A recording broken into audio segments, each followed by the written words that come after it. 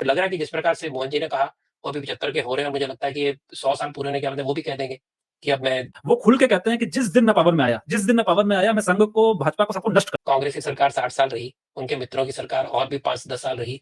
उस सारे काल में संघ का क्या बाल बांका कर लिया उन्होंने? कि गांधी जी ने कहा था कि लेवल प्लेइंग फील्ड रखने के लिए कांग्रेस को अब एब्सॉल्व किया जाए। शायद ये मोदी जी की तरफ जा रहे हैं कि 75 साल में रिटायर हो जाना चाहिए। अब इससे समझ में आता है कि बाहर की जो पाकिस्तान के जो आईएसआई और तमाम इस तरीके के एंटी नेशनल फोर्सेस है, उन तक का पूरा इन्वॉल्वमेंट है कि किसी भी तरीके से संघ को नुकसान देखिए, पहुंचाया कहते हैं जी जातिवाद बहुत है, हम कहते हैं प्रांतवाद है, हम कहते हैं भाषावाद है।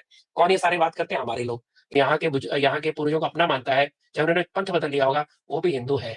जो एक आम राष्ट्रवादी है उसका उससे बड़ी चिंता ये है कि क्या संघ और भाजपा का समन्वय जो है वो कहीं ना कहीं वो ट्यूनिंग गड़बड़ा रही है और 1000 साल बाद जाके एक जो हिंदुओं की सुनने वाली सरकार है वो आएगी। सुनने वाली केवल, कितना करते हैं कितना नहीं वो एक अलग दिन की चर्चा है। और स्त्रियों का दमन, ब्राह्मणवाद, दुनिया भर की जो ठोकी गई हिंदू समाज के ऊपर और हिंदू सभ्यता पे, उसका उत्तर अब मिलने लगा है। विरुद्ध गया तो हम इलेक्शन को नहीं मानेंगे, हमारे विरुद्ध गया तो हम कानून नहीं मानेंगे। ये सोच, मैं तो खुद जेल जा चुका हूँ, डाल देंगे जेल में और क्या होगा। उमाकांत केडिया, ये नाम हम सबने शायद ही सुना हो। क्यों? क्योंकि उमाकांत केडिया एक आरएसएस के मेंबर थे, संघ परिवार का हिस्सा थे, जिन्होंने 1942 में जब क्विट इंडिया मूवमेंट लॉन्च होता है उस समय पहला बलिदान दिया था। राष्ट्रवादी खेमे के पहले बलिदानी उमाकांत केडिया जी थे।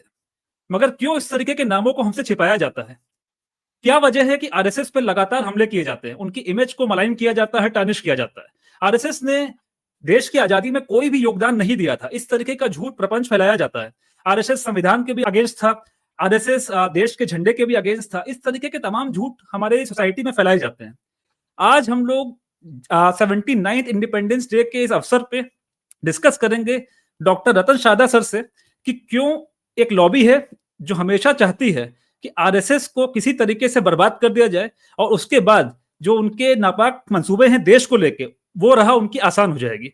Sir, very warm welcome to the show. नमस्ते। धन्यवाद, धन्यवाद अदिति सर, जी। जी सर, यूं तो रतन शादर सर के इंट्रोडक्शन की कोई आवश्यकता नहीं है। He is an author, a columnist, a TV panelist. उनकी आरएसएस 360 जो बुक है, डिमिस्टिफाइंग राष्ट्रीय स्वयंसेवक संघ, और तो और the conflict resolution the RSS way, इस तरीके की तमाम किताबें हैं। उनकी उपलब्धियां जो हैं मेरे जैसे एक यंग राष्ट्रवादी के लिए बहुत ही एडमिरेबल है। We all admire him a lot. Sir, सीधा मुद्दे पे आएंगे, आरएसएस पे इतना अटैक क्यों किया जाता है? और इन नटशेल जो हम अपने अगले अध्याय पे बढ़े उससे पहले मैं चाहूंगा कि आप इस तरीके की जो छोटी छोटी झूठ फैलाए गए लेकिन इम्पैक्टफुल, उनको एक बार उनका खंडन कर दें, रिबटल दे दें कि आरएसएस ने कितना जबरदस्त योगदान दिया है देश की आजादी में। और तमाम जो कांग्रेसी इकोसिस्टम है, जो लेफ्ट लिबरल इकोसिस्टम कबाल है, वो क्यों आरएसएस से इतना जलता है? Over to you sir. Aditya ji, आपने मेरे से पहला प्रश्न पूछा कि कम्युनिस्ट या कांग्रेसी दोनों साथ में ही है, वो संघ के पीछे इतना क्यों पड़े हैं और संघ की बदनामी क्यों करते हैं और संघ ने हिस्सा नहीं लिया आजादी की लड़ाई में, ऐसा क्यों कहते हैं? अभी आज विभाजन विभीषिका का दिन है, पार्टीशन हॉरर रिमेम्बरेंस डे, और आज के दिन आप ये मेरी रिकॉर्डिंग कर रहे हैं, तो आज के दिन तो हमें याद करना ही चाहिए कि ये जो विभाजन की जो विभीषिका थी, इसके अंदर संघ को छोड़ के और पुलिस और मिलिट्री को छोड़ के कौन उतरा था लोगों की सुरक्षा के लिए? स्वतंत्रता का की घोषणा होना और उसके परिणाम स्वरूप लाखों लोगों का बेघर होना, हजारों लोगों का कत्लेआम होना, रेप होना, यह उनके लिए आवश्यक नहीं था, जिनको लगता किसी भी कीमत पे आजादी मिल जाए, देश का बंटवारा हो जाए। उस समय उनके खड़े रहने वाले लोग थे संघ के स्वयंसेवक, और जिसके अंदर सैकड़ों अपनी कुर्बानी दे दी, जिनका कोई नाम भी नहीं आया। उनका जो बलिदान था उसकी बात भी नहीं, क्योंकि संघ के जो प्रमुख थे सरसंघ चालक श्री गुरु जी, उन्होंने स्पष्ट कहा एक बार कि मैं जानता हूं कि मैंने किसी की प्रशंसा नहीं की, आप लोगों को मैंने सराहा नहीं, लेकिन क्या अपने परिवार के लिए जब कोई काम करता है तो उसको सराहने की आवश्यकता होती है क्या? ऐसा उनका उल्टा प्रश्न था। और इस प्रकार से शांति से काम करना संघ का काम था, और इसी ये विभाजन के समय की त्रासदी के अंदर जो संघ ने काम किया, उसका जो मुख्य समस्या कांग्रेस को और नेहरू को यही हुई कि उस समय संघ इतना पॉपुलर हो गया, इतना लोकप्रिय हो गया कि बीबीसी ने एक बार कहा कि नेहरू से मुकाबला अगर कोई लोगों की भीड़ खींचने में कर सकता है तो आरएसएस के प्रमुख श्री गुरु जी। तो एक डर फैल गया, क्योंकि पहले तो गांधी जी ने कहा था कांग्रेस को भंग कर दो, अपनी अपनी पार्टियां बनाओ। इन्होंने ब्रांड इक्विटी का फायदा उठाने के लिए भंग नहीं की कांग्रेस, और किसी भी उसी उसी एक जो वाहन था आजादी का, उसको ही पार्टी बना लिया, उसके बलबूते पर, उसकी लोकप्रियता के जोर पर उन्होंने कई साल शासन किया। इस समय सामने कंपटीशन कौन? इस डर के मारे उन्होंने संघ को टारगेट करना शुरू किया। और टारगेट अगर देखें तो मजेदार बात है कि जब ये पार्टीशन की सारा चल रहे थे घटना, उस समय कई कांग्रेस के नेता भी राष्ट्रीय स्वयंसेवक संघ के कार्यकर्ताओं द्वारा बचाकर लाए गए, उनकी बेटियों को बचाया गया। ये सारी बातें बिल्कुल संक्षिप्त में मेरी ये पुस्तक है संघ और स्वराज। इस पुस्तक की इंग्लिश भी है, कुछ 6-7 भाषा में आ चुकी है।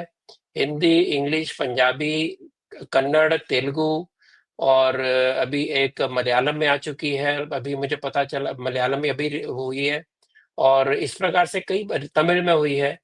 ऐसे कई भाषा में इसका अनुवाद हुआ है, जिसके अंदर केवल 100 पेज के अंदर मैंने इस बैकग्राउंड को, क्यों कांग्रेस को चिंता थी कि क्या करेंगे और किस प्रकार से पार्टीशन के समय सारे के सारे नेता गायब थे, कुछ छुप के हमारे संघ के कार्यकर्ताओं के द्वारा बचाकर भारत लाए गए। उनको पार्टीशन की चिंता हो गई, उनको कैबिनेट में आने की चिंता हो गई और संघ के लोग वहां पर काम करते रहे। चाहे वो 1947 का कश्मीर को पर आक्रमण हो, चाहे वो पंजाब के अंदर की सुरक्षा की व्यवस्था हो। एक पुस्तक है now it can be told, A.N. Valley की, जो कि संघ के नहीं थे। उन्होंने पुस्तक के अंदर पूरा एक चैप्टर उन्होंने पार्टीशन के बारे में किताब थी, जिसके अंदर उन्होंने बताया था कि किस प्रकार इल प्रिपेयर्ड कांग्रेस थी, किस प्रकार से हाईली प्रिपेयर्ड और स्ट्रेटेजिक जिन्ना थे और किस प्रकार से उन्होंने जहां पर नहीं भी पार्टीशन हो सकता था उसका भी उन्होंने करवा लिया और किस प्रकार से उन्होंने सेना का, पुलिस का उपयोग किया। उसके अंदर एक चैप्टर है अ फ्रेंड इन नीड। वो सारा चैप्टर संघ के काम के बारे में है, किस प्रकार से योजनाबद्ध तरीके से लोग काम करते थे। एक और पुस्तक है जिसके अंदर ज्योति जला निज प्राण की, जिसके अंदर हर जिले में, हर एरिया में किस प्रकार से काम हुआ, किस प्रकार से लोग बलिदान हुए, उसकी कहानियां हैं और किस प्रकार से सुन्नत करवा के मुस्लिम बन के अंदर से खबरें ला के संघ के लाते रहे। सितंबर आजादी के बाद जब मुस्लिम लीग ने एक प्लान बनाया था कि पार्लियामेंट पे बॉम्ब का अटैक करेंगे, सारे कांग्रेसी नेताओं को मार देंगे या कब्जे में ले लेंगे, उस प्लान का पता संघ ने किया। उसकी समाचार पटेल जी को गई और पुलिस का एक्शन 6-7 दिन तक चला उन सभी को न्यूट्रलाइज करने का। तो ऐसे वातावरण में नेचुरली एक संघ के प्रति एक घबराहट, क्योंकि स्वार्थी राजनीति ये लोग थे, कोई ऐसा तो है नहीं, निस्वार्थी थे। तो इस प्रकार संघ से बैर शुरू हुआ। गांधी जी की हत्या उसका एक बहाना बना, बैन किया गया और जब ये 1949 तक ये सारा प्रकरण चला, सत्याग्रह हुआ, हजारों लोग, 77,000 लोग जेल में गए और कई यातनाएं सही, लोगों के बिजनेस बंद हो गए, नौकरियां चली गई। उनकी हत्या के बाद में हजारों लोगों की जानें गई, प्रॉपर्टियां जलाई गई पूना, कोल्हापुर, सांगली बेल्ट के अंदर। तो उस परेशानी से उठकर संघ के स्वयंसेवकों ने फिर काम शुरू किया। उस समय गुरुजी ने कहा कि अब किसी से कोई वाद विवाद नहीं करेंगे, हम अपना काम करेंगे, चुपचाप संघ खड़ा करेंगे, उसके द्वारा लोगों को पता चलेगा हम कौन है और तब हम उसी की हम बात करेंगे। हम किसी को उत्तर देने के लिए अपनी एनर्जी वेस्ट नहीं करेंगे। वो जो 1990 में जब जाके प्रचार विभाग पहली बार बना, ये 1950 से लेकर या 47 से लेकर 90 तक के खुला मैदान उनको मिला था कांग्रेस और कम्युनिस्टों का, जिसका उपयोग उन्होंने किया सामने से, क्योंकि उत्तर नहीं मिला। और एक बात और बता दूं कि ये गांधी हत्या बैन का कारण तो केवल बहाना थी। 1947 में संघ को कैसे बंद किया जाए इसकी कोशिश शुरू हो गई थी। नवंबर में यहाँ पर महाराष्ट्र में एक बड़ा कैंप होना था स्टेट लेवल का, उसको आखिर मोमेंट पर रुकाया गया और एक प्रस्ताव उसके पहले पास किया गया था। उसके पहले इस संघ को हम कुचल देंगे, हम चाहते हैं कि इसको बंद किया जाए, वरना हम इसको 1942 के हथकंडों की तरह कुचल देंगे। तब बीजी खेर, कांग्रेस चीफ मिनिस्टर, उन्हें समझाया कि ऐसे बातें नहीं होती, संघ कोई गुंडों का संगठन नहीं है और इस प्रकार किसी को रोक नहीं सकते काम करने से। और इसी प्रकार एक दिल्ली में ऐसा प्रस्ताव पास हुआ। यूपी में स्वयंसेवक पर केस हुए कि ये दंगों में शामिल थे।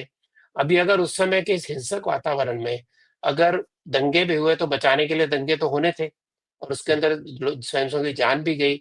मेरी इस पुस्तक के अंदर प्रस्तावना के अंदर पहले पेज के अंदर 33 केवल अमृतसर के ऐसे लोगों के नाम है जो कहाँ रहते थे, क्या नाम था, कैसे उनकी मृत्यु हुई, सारे डिटेल है। तो केवल मैं अमृतसर की बात करता हूँ, ऐसे कितने ही किस्से।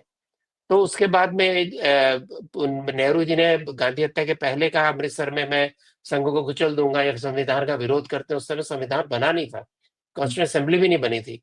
और उसके उसी सरदार पटेल ने कहा था कि इनको साथ में लेके काम करेंगे। इस सारे वातावरण में एक कारण बना और ये पिछले वो जो 40 साल गए उसमें सारा प्रकरण हुआ। जी सर। सर आपने एक ये तो सारी बातें बहुत ही महत्वपूर्ण बताई। उसमें एक बात जो मैं दर्शकों का जिस पे ध्यान ले जाना चाहूंगा कि गांधी जी ने कहा था कि लेवल प्लेइंग फील्ड रखने के लिए कांग्रेस को अब एब्सॉल्व किया जाए। इसका जो उद्देश्य था वो कंप्लीट हो चुका है और अलग अलग पार्टी जैसा आपने कहा बनाई जाए और उसके बाद कंपीट करो। लेकिन सत्ता के कुछ लालची लोगों को था कि हम तभी क्लीन जोन कर पाएंगे अगर हम इसी इंटेबुलेचर इसी फ्रेमवर्क के अंदर काम करते हैं। उनको अपनी देखिए, जन आधार। उस समय कांग्रेस में कम्युनिस्ट भी थे, समाजवादी भी थे, हिंदू महासभा के लोग भी थे, और एक ही पार्टी की दो दो सदस्यता है, यानी कोई कांग्रेस का मेंबर भी हिंदू महासभा का भी है, कोई समाजवादी है कांग्रेस में भी है, कि कांग्रेस एक आजादी का एक वाहन था जिसके अंदर सभी लोग शामिल थे। और संघ के भी कार्यकर्ताओं ने, अधिकारी ने पहले से बोला था कि हम अलग अलग नाम पे नहीं लड़ेंगे, जिसको इस स्वतंत्रता में काम, संग्राम में काम करना है, वो सारे इसी समय काम करेंगे, इसी झंडे के तले करेंगे। और उसी प्रकार उन्होंने किया। इस पुस्तक के अंदर 1920, 1930, 1942, 1947 जिस प्रकार से घटना घटी, सभी के बारे में लिखा गया है। और किस प्रकार से संघ के स्वयंसेवकों ने अपनी जानें दी। आपने एक नाम दिया, पटना में 2 स्वयंसेवक के नाम है, सिंध में 1 स्वयंसेवक का नाम है, विदर्भ में 1 स्वयंसेवक का नाम है, गोवा के आंदोलन में 1 स्वयंसेवक का नाम है, और जो वैसे ही मोर्चे पे चले गए उनकी तो गिनती नहीं है, जैसे कश्मीर है, और दंगों के समय जो गए। खुद मेरे मामा अमृतसर में लाशों के अंदर दबे रहे और सांस रोक के खड़े रहे कि उनका कत्ल ना हो जाए, वो भी वहां पर हिंदुओं को बचाने के लिए निकले थे। स्वर्ण मंदिर को बचाने के लिए हिंदू खड़े रहे, स्वयं सब खड़े रहे, और बाद में बाकी लोग आए। ऐसा एक बार हुआ जिसकी मेरे ने यहाँ उल्लेख किया। वैसे तो लोग 2-3 बार कहते हैं, लेकिन मेरे को जब एविडेंस मिला, मुझे वो एक का था, उसका मैंने जिक्र किया है। तो इस प्रकार से अपनी जान पर खेल के जिन्होंने बचाया अपने समाज को, उसका आप गुंडा कहें, उसको कम्युनल कहें, उसको कहें कि आप रंजित हैं, तो ये तो समाज स्वीकार नहीं करेगा, और वो भी समाज स्वीकार कर भी नहीं रहा है।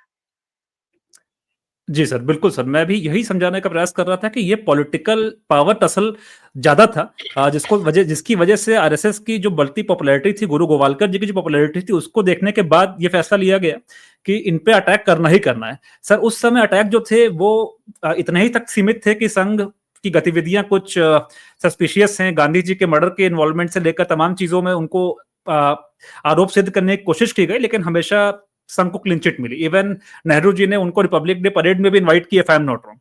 आज अगर वर्तमान कॉन्टेम्प्ररी उसमें आ जाए सर, ना पॉलिटिकल सिनेरियो में मामला इस हद तक जा चुका है कि हिंदुत्व टेरर से संघ को जोड़ने का प्रयास किया जाता है। मालेगांव केस में भी हमने देखा, जो खुलासे हुए चौंका देने वाले खुलासे हुए, किस तरीके से संघ को उसमें सम्मिलित करने का प्रयास किया गया।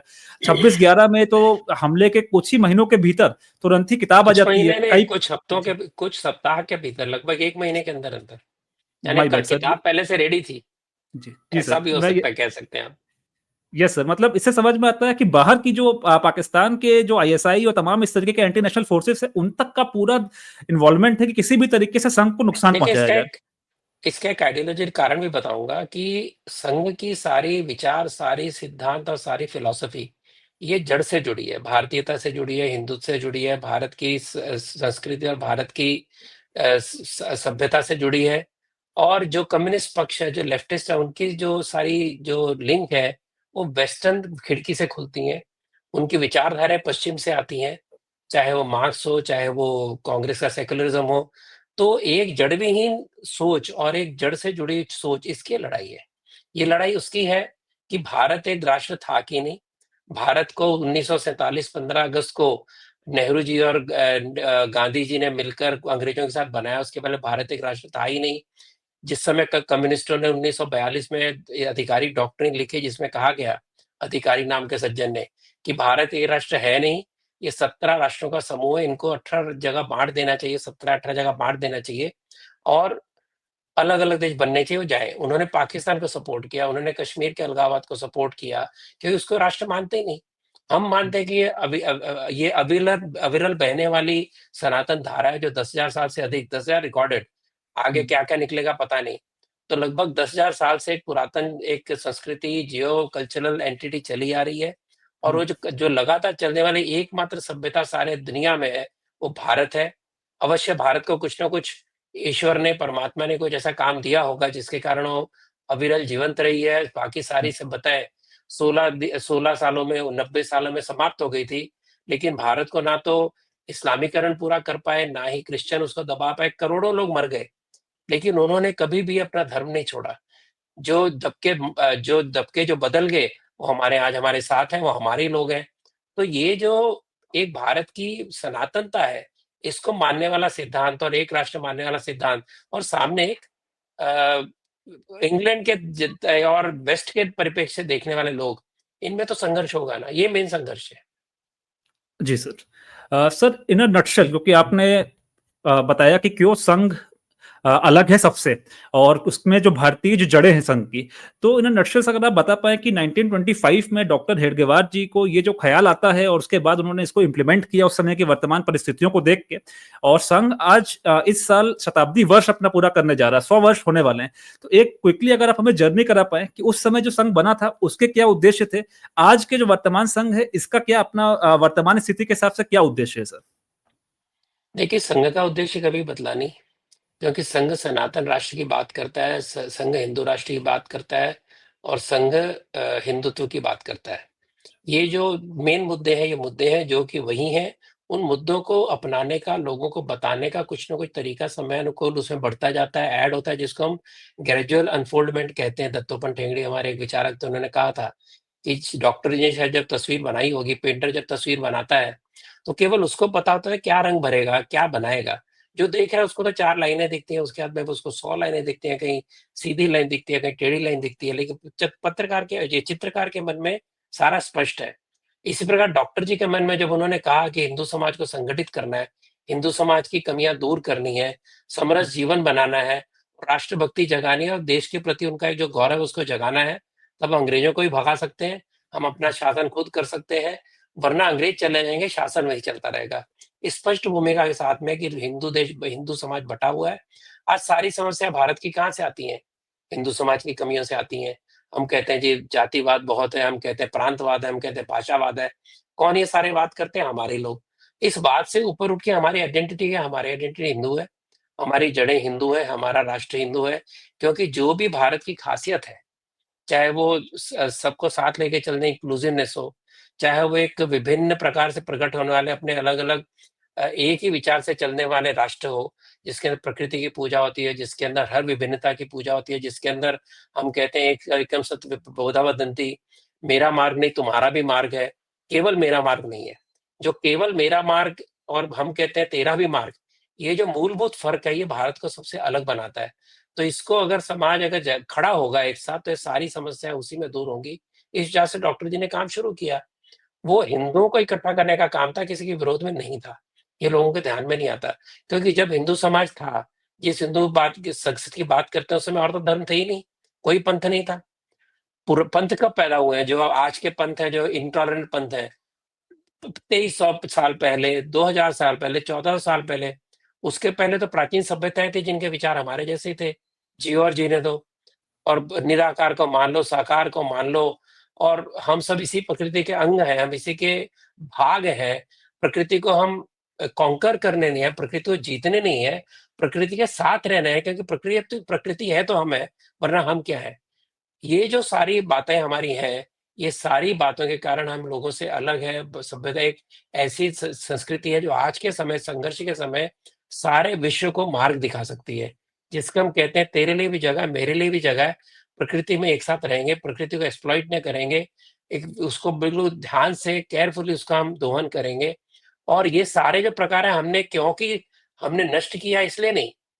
वेस्ट की सोच रहती थी कि प्रकृति हमारे लिए बनी है, वो हमारे एंजॉयमेंट के लिए बनी है, इसको इसको एक्सप्लॉइट करो। अब जब देखते हैं जीना मुश्किल हो गया है, तो सबको याद आ रहा है प्रकृति बचाने की। तो एक सबको साथ लेने की संघर्ष के बिना, not my way or highway but you too and me too, मैं ही नहीं तू भी, इस विचार को लेके चलने वाला जो विचार है, ये डॉक्टर जी ने कहा। उन्होंने पहले संगठन खड़ा किया, उसके बाद के समय में ये कहा गया संगठन के लिए संगठन, क्योंकि संगठन होगा तो बाकी सारे काम होंगे। उसके बाद एक-एक करके नए-नए संगठन खुलते गए, नई-नई संस्थाएँ बनती गई। जिस स्वयंसेवक को लगा कि मजदूर क्षेत्र में काम करना है, वहाँ गया, किसी को विद्यार्थी क्षेत्र का लगा, वहाँ काम गया, किसी को विश्व हिंदू परिषद में गया। करते-करते 38 ऑल इंडिया लेवल की संगठन है, लगभग 2 लाख सेवा कार्य है, और संघ के अलावा जो ये बड़े-बड़े संगठन है, विश्व हिंदू परिषद, विद्यार्थी परिषद, मजदूर संघ, इन सब के लाखों की तादाद में इनके कार्यकर्ता हैं। एकल विद्यालय जो सबसे नया है, उसके अंदर लाख एक एकल विद्यालय है। एक एकल विद्यालय के पीछे अगर 4 लोग भी खड़े हैं, तो आप संख्या गिनिए। तो ऐसे करोड़ों लोग आज विचार से जुड़े हैं, और उसके कारण आपको लगता है कि हमारा ऑब्जेक्टिव है नहीं, समाज को एक सूत्र में बांधकर अच्छे चित्रण समाज को बनाना, उसको जिसको गर्व अपने धर्म और संस्कृति पे और सबको साथ लेके चले, इस विचार के साथ में जो क्षेत्र में काम करना है, हर क्षेत्र में संघ का स्वयंसेवक गया है, ये बदला है। प्लस पहले था कि जो हमारा जिसको हम एक धार्मिक संस्कृति कहते हैं उसको पहले हम मजबूत करें, फिर यहाँ रहने वाला जो भी व्यक्ति है, जो भारत को अपनी माता मानता है, यहाँ के इस इतिहास को अपना मानता है, जो यहाँ के पुरुष महापुरुषों को अपना पुरुष मानता है, अब यहाँ के पूर्वजों को अपना मानता है, चाहे उन्होंने पंथ बदल लिया होगा, वो भी हिंदू है। ये एक सांस्कृतिक दृष्टि से उनकी पूजा पाठ अलग हुई। ये विचार सारा इस समय प्रकट हो रहा है और आगे समाज को चल के 100 साल पूरे हो रहे तो समाज को बदलना है। तो संघ की शाखाएँ तो लग गई, समाज जुड़ गया, अभी समाज को बदलना है। चाहे वो पर्यावरण के हिसाब से हो, जिसको हम 5 परिवर्तन कह रहे हैं संघ के लोग, चाहे वो पर्यावरण के हिसाब से हो, चाहे वो कुटुंब प्रबोधन हो, क्योंकि कुटुंब है तो सभ्यता है, कुटुंब है तो देश है, कुटुंब है तो एक सुरक्षित परिवार है, उससे समाज सुरक्षित, उससे देश सुरक्षित है। तो कुटुंब व्यवस्था को मजबूत करना, पर्यावरण को मजबूत करना और समरसता लाना समाज के अंदर, समन्वय लाना, केवल बोल के नहीं होता, तो ऐसे समाज के हर वर्ग के साथ हमारी मित्रता हो, उनके साथ जाना-आना हो, मिलना-जुलना हो, उनको लगे कि हाँ, ये हम सब एक हैं, अपने व्यवहार से उसको दिखाना, कानून का पालन करना कि कानून अगर हम सब मानेंगे, तभी वातावरण बदलेगा। अब कुंभ मेले के अंदर जो स्टील की प्लेटें बाँटी गई 15 लाख और थैले बाँटे गए संघ द्वारा, उसके कारण लाखों टन कचरा कम हुआ, कितनी एनर्जी बची, कितने रिसोर्सेज़ बचे। अगर ये केवल कुछ लाख लोग कर सकते हैं, आप सोचिए 140 करोड़ हिंदुस्तानी, जब ये सारी चीज़ें करेंगे, तो देश कहाँ से कहाँ जाएगा? हर व्यक्ति को बदलना है। स्व की बात करते हैं, अपने अपने लिए जो अच्छा है, अपनी संस्कृति, अपना खान-पान, अपना घूमना, स्वदेश भ्रमण, ये सारी चीज़ें भारत से जुड़ेंगी, तो भारत का उत्थान होगा। ये 5 परिवर्तन के साथ में संघ अभी 100वाँ साल मना रहा है, जिसके अंदर गाँव के अंदर आपको 1 कुआँ, 1 मंदिर, 1 श्मशान बनानी है, आपको पानी की व्यवस्था करनी है, आपको पर्यावरण की व्यवस्था करनी है, ग्राम विकास करना है, सारी चीज़ें इन 5 चीज़ों के अंदर आती हैं, उसके पीछे संघ का सारा जोर इस समय लगा हुआ है। जी sir, thank you sir. Sir इससे मेरा एक सवाल आता है कि आपने जैसा बताया कि संघ एक समावेशी परिदृश्य लेके चलता है कि भाई सब लोग जो भी यहाँ इस हिंदू भूभाग का अपने जो भारतवर्ष का पार्ट है वो उन सबको साथ लेके चलना है। तो जो संघ के समर्थक हैं, जो भाजपा के समर्थक हैं, जो फर्स्ट टाइम व्यूअर्स हैं उनको पता होगा, मतलब मैं उनको बताना चाहूंगा कि श्यामा प्रसाद मुखर्जी जो कांग्रेस से ही हट के, जब जैसा हमने बताया था शुरुआत में कि कांग्रेस सिंगुलर पार्टी थी, उससे हट के जब भाजपा की स्थापना करते जनसंघ की, जो बाद में जाके भाजपा बनती 1980 में, तो वहां से जो जर्नी है अब जाके 2014 में जाके एक जो ग्लोबल आर्टिकल्स छपे थे कि फाइनली भारत में 1000 साल बाद जाके एक जो हिंदुओं की सुनने वाली सरकार है वो आई, सुनने वाली केवल, कितना करते हैं कितना नहीं वो एक अलग दिन की चर्चा है। तो सर इसमें मेरा सवाल ये है कि अगर आप अपोजिशन को देखें, संतुष्टि रह सकती है, लेकिन कुछ नहीं करते कहना गलत होगा। असंतुष्टि हमेशा रहती है, क्योंकि अपेक्षाएँ बहुत है, फ्रस्ट्रेशन बहुत है। 70 साल तक तुम पापी हो, तुम कलह के जड़ हो, तुम इंटॉलरेंट हो, तुम देश के लिए सबसे बड़ा कलंक हो। ये सारा जो सुना-सुना के हिंदुओं को एक नीच भाव पैदा किया गया, वो उनके मन से उतरा। उसके कारण एक बहुत फ्रस्ट्रेशन और क्रोध है समाज के अंदर। उसके कारण कभी न कभी कोई ज़्यादा बोल देता है और अपेक्षाएँ बहुत है, क्योंकि 70 साल तक इतना हिंदू समाज को कलंकित किया गया, उसको नीचा दिखाने की कोशिश की गई कि विधवा को जलाने के अलावा, बच्चों को मारने के अलावा भ्रूण हत्या और स्त्रियों का दमन, ब्राह्मणवाद, दुनिया भर की जो ठोकी गई बाहर हिंदू समाज के ऊपर और हिंदू सभ्यता पे, उसका उत्तर अब मिलने लगा है। तो एक तरफ जो वामपंथी और सारे सेक्युलरवादी वो परेशान है और हिंदू परेशान है कि भैया हमने सोचा था वो अभी इतना हुआ नहीं। लेकिन आप सोचिए कितने सालों का वो काम पेंडिंग था, एक-एक करके सब हो रहा है और लेकिन इम्पेशेंट होना, जैसे मैंने कहा कि समाज इस समय इम्पेशेंट है क्योंकि बहुत साल अपमासा है। उसके कारण समाज जो है अपेक्षा अधिक रखता है और रखता है, उसका अधिकार है और उसका उत्तर जो सरकार चला रहे हैं ज़रूर एक-एक करके दे रहे हैं, ये कहना पड़ेगा।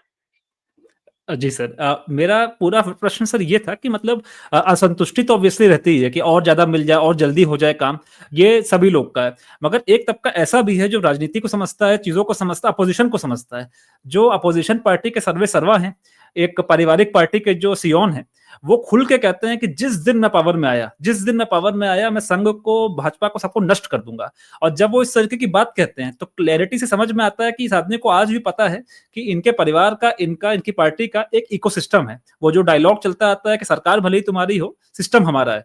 तो क्या संघ जैसी एक संस्था जिसने केवल भारतीयों को हमेशा साथ लेके चलने के लिए इस तरीके की जो एक जिसे कह सकते हैं कि सामाजिक संस्था, इस तरीके के ऑनस्लॉट को फेस करने के लिए रेडी है सर? अगर गलती से, क्योंकि हम जातिवाद में बटे हुए हैं, हम तमाम चीजों में, आपने देखा कि इस बार भी भाजपा को 240 सीट आती है और बहुत ही करीब पहुंच जाता है अपोजिशन जो है देश का सत्ता के टेक ओवर से।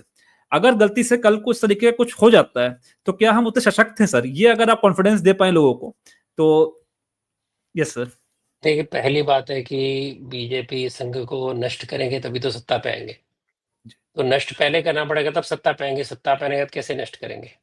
दूसरी बात, संघ के इतिहास में 1950 से भी गिने अगर हम, जब स्वतंत्र हुआ देश, आज तक कांग्रेस की सरकार 60 साल रही, उनके मित्रों की सरकार और भी 5-10 साल रही।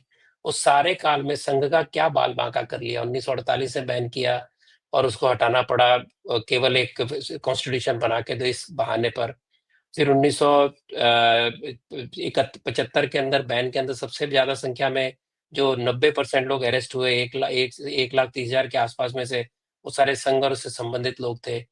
वहां वो बैन हटा और काम कम नहीं हुआ बल्कि बढ़ गया।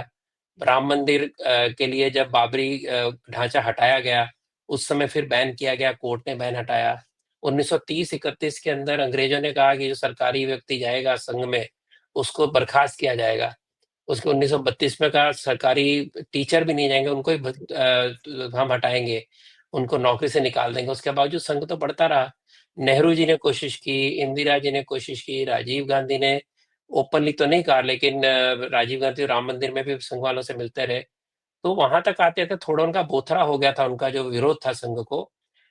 इंदिरा जी ने नष्ट करने की कोशिश की, लेकिन उनको ये भी पता था कि इनके साथ काम भी करना है, और इसके कारण उन्होंने कभी भी मुस्लिम तुष्टीकरण के लिए हिंदुओं को नीचा नहीं दिखाया, ये हमको मानना पड़ेगा।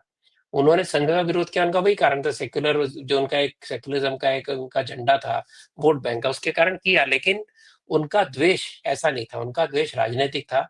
इनका द्वेष केवल जेएनयू क्राउड वाला द्वेष है, जिसके अंदर कोई दम नहीं है। लेकिन ये आप ध्यान रखिए कि इनके सभी लोग कह रहे हैं कि सत्ता का परिवर्तन सड़क पे होगा। ये कहते हैं अगर हमारे विरुद्ध गया तो न्यायपालिका को नहीं मानेंगे, अगर हमारे विरुद्ध गया तो हम इलेक्शन को नहीं मानेंगे, हमारे विरुद्ध गया तो हम कानून नहीं मानेंगे। ये सोच जो एनार्की की सोच है, और ये सोच जो है उसको सपोर्ट करने वाले इनके विदेशी आका बैठे हैं, बड़े बड़े नॉन प्रॉफिट ऑर्गेनाइजेशन बैठे हैं, जिनको बिलियंस ऑफ डॉलर जिन्होंने भारत में और बाकी देशों में बांटे, कई जगह सत्ता परिवर्तन करने में सफल हुए। भारत में लोकतंत्र की जड़ें बहुत पुरानी है, यानी आप लिच्छवी साम्राज्य मानिए, चंद्रगुप्त मौर्य के समय से मानिए, पंचायती राज्य मानिए, सभा और समिति की बातें वेद काल से चली आ रही हैं, राष्ट्र की कल्पना तब से चली आ रही है। इस देश की जड़ें मजबूत है, इसके कारण ना तो परिवार की व्यवस्था को अब तक नष्ट कर पाए वो लोग, ना वो यहाँ की धार्मिक व्यवस्था को नष्ट करने पाए। जैसे स्वामी विवेकानंद ने कहा कि धार्मिक होना इस देश की आत्मा है। अगर इस महात्मा के विरुद्ध आप उसी को अपमानित करते रहेंगे, उसको भंग करने की कोशिश करते रहेंगे, तो आपके समाज के विरुद्ध अपनी दुश्मनी आप दिखा रहे हैं, आप समाज को पहचान नहीं पाए हैं। तो ये जो लेकिन प्रयत्न है पूरा पश्चिमी ताकतों का, पाकिस्तान में किया कि इलेक्शन गलत हुए, अब इमरान खान जेल में बैठा है, ये बांग्लादेश में किया, और उसको भी वो भी भागी है वहां से शेख हसीना, और अफ्रीका के देशों में कर चुके हैं, लैटिन अमेरिका के देशों में कर चुके हैं। यूक्रेन में भी जो आज झगड़ा चल रहा है, झगड़े की जड़ क्या है? जेलेंस्की को पश्चिम ने बिठाया था गद्दी पर ताकि रशिया को तंग कर सके, और जो इलेक्टेड था उसको हटाया था। तो ये पश्चिम लोगों को जब भी कोई देश अधिक तरक्की करता है, जब ताकतवर होता है, उनसे सहन नहीं होता, तो किसी न किसी प्रकार से उनको हटाते हैं। आज अगर पाकिस्तान की भाषा में हमारे ये सारे विरोधी बोल रहे हैं, और हर जो भी काम होता है 2014 से लेकर आज तक, मुझे एक बार बताइए जब इन्होंने किसी स्टेप की प्रशंसा की हो। टॉयलेट बनाने का भी इन्होंने मजाक उड़ाया, घर बनाने का मजाक उड़ाया। मोदी जी को क्या फॉरेन पॉलिसी को, तो टॉयलेट बना रहे हैं, कहने वाला व्यक्ति मेरे सामने टीवी पैनल पे बैठा था। उस समय मैंने कहा था कि ये साइलेंट लोग हैं जिनका काम मोदी जी ने किया, गरीबों के लिए किया, देश के लिए किया।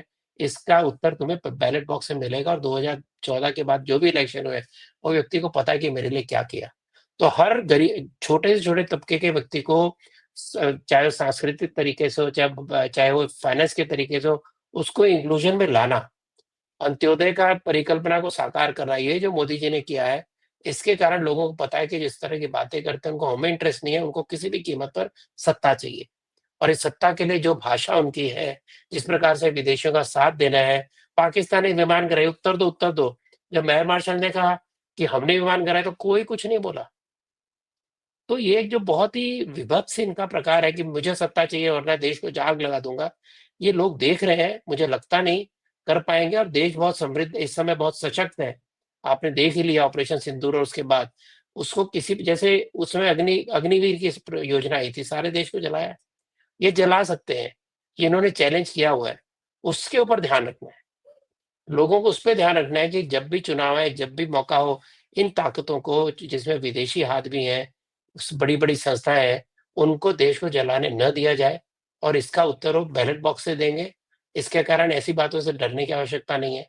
मैं तो खुद जेल जा चुका हूँ, डाल देंगे जेल में, और क्या होगा। लेकिन लोगों को जेल में डालने से 1.5 साल बाद भी इंदिरा जी कंट्रोल नहीं कर पाई थी। तो जब 3 पुश्तें निकल गई संघ को कुचलने वाले लोगों की भी, जो जिसको आइडियोलॉजिकल क्लैरिटी नहीं है, जिसकी पकड़ समाज के ऊपर इतनी ढीली है, जो पकड़ केवल स्टेटमेंट तक ही सीमित है, जिसको बोलता कुछ है, क्या कहता है पता नहीं चलता, उस व्यक्ति के बारे में हम चिंता क्यों करें। हाँ, अगर वो ऐसे लोगों के कब्जे में है, जेएनयू छाप, अल्ट्रा लेफ्टिस्ट, नक्सल टाइप लोग, और विदेशी एनजीओ वगैरह जो है, सोरोस एंड गैंग सारी, उसके कारण हमको उसकी चिंता है। ये तो मोहरा है। चिंता हमें उन लोगों की करनी चाहिए ताकि देश को वो भटका ना सके। जी सर।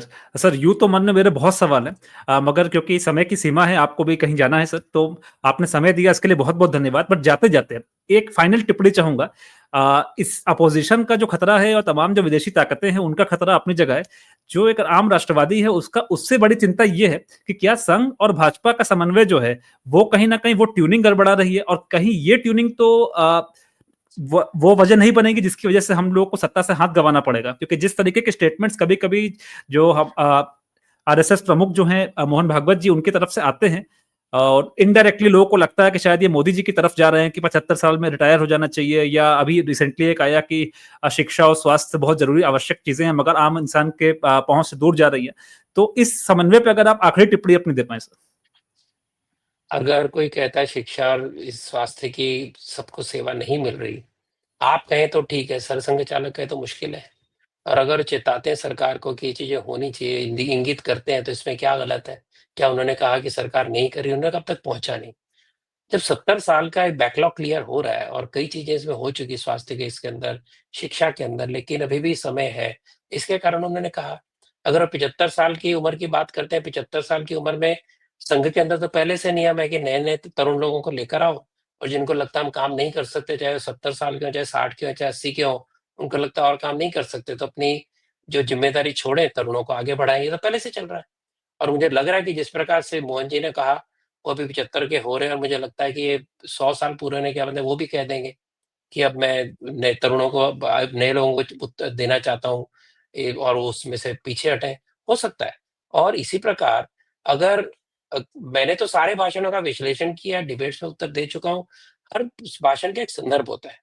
अगर आप किसी सेवा कार्य में सारा जीवन, जिन्होंने उसकी जीवनी छपती है, तो कहेंगे कि बिना प्रसिद्धि के काम करने वाले बहुत सारे ऐसे लोग हैं, क्योंकि व्यक्ति ऐसा था। अगर वो कहते हैं कि इस प्रकार का कोई अलग प्रश्न समय समाज का, वहां उन्होंने तो उस समय जो उत्तर दिया होगा, तो जिस परिप्रेक्ष्य में कोई भाषण होता है, उसको उस परिप्रेक्ष्य में देखना चाहिए। हमारी दिक्कत ये है कि हम हाईली पोलिटिसाइज हो चुके हैं। यानी मैं आपसे बात कर रहा हूँ, उसमें पॉलिटिक्स ढूंढेंगे। आप मेरे से इतने बार संपर्क में रह चुके हैं, मैंने कितनी पॉलिटिक्स की बात की आपसे। तो संघ पॉलिटिक्स में बहुत ही कम लोग संघ के हैं। पॉलिटिक्स में अगर आप उनके नंबर्स गिनेंगे, करोड़ों की एक संगठनों को साथ देने वाले लोग, और करोड़ लोग तो शाखा से डायरेक्टली संबंधित, उसमें कितने लोग आज बीजेपी में हैं, और कितने लोग कार्यरत हैं। इसके कारण ये बहुत ज्यादा समाज का जो सारा आयाम है, उसके अंदर पॉलिटिक्स एक आयाम है, आवश्यक आयाम है।